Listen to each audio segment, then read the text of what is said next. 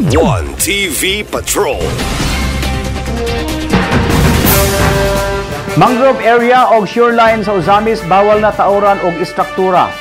Bawal na patukuran o gabisan unsang istruktura ang mga mangrove area o ang kabaybayunan sa dakbayan sa Ozamis.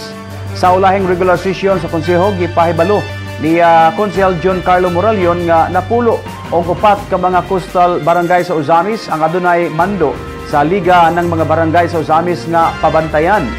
Sugod sa barangay Sinusa, Labinay, Tabid, Dimaluna, Pulot, Malaubang, Tinago, San Roque, Santa Cruz, El Triunfo, Carmen, Catadman, Manabay, Maningkol ug San Antonio.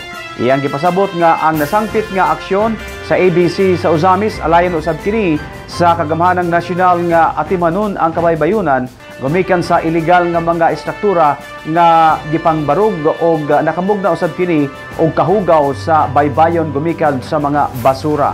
Angay nang hatagan og hugot nga pagtagad ang kabaybayunan labi na sa mga mangrove area gumikan kay dinhi nanukad ang pagpasanay sa mga isda o tinubdan sa mga kinhason.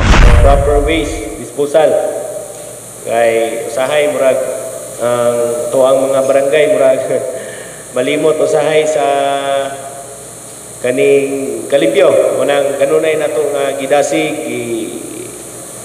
kuan gid kanunay sila si tawag ani giawhag kanunay manglimpyo gid.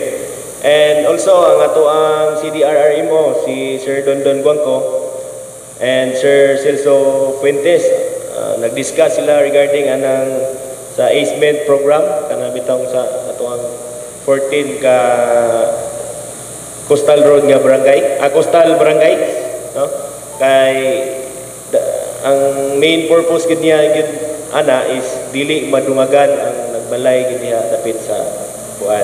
So butangan na gid na siya o kaning nanay iugbok unsay tawag marker nanay marker nga butang aron nga dili na gid madungagan pa kay usana delikado pod bako dako pod ang tubig. So TV Patrol.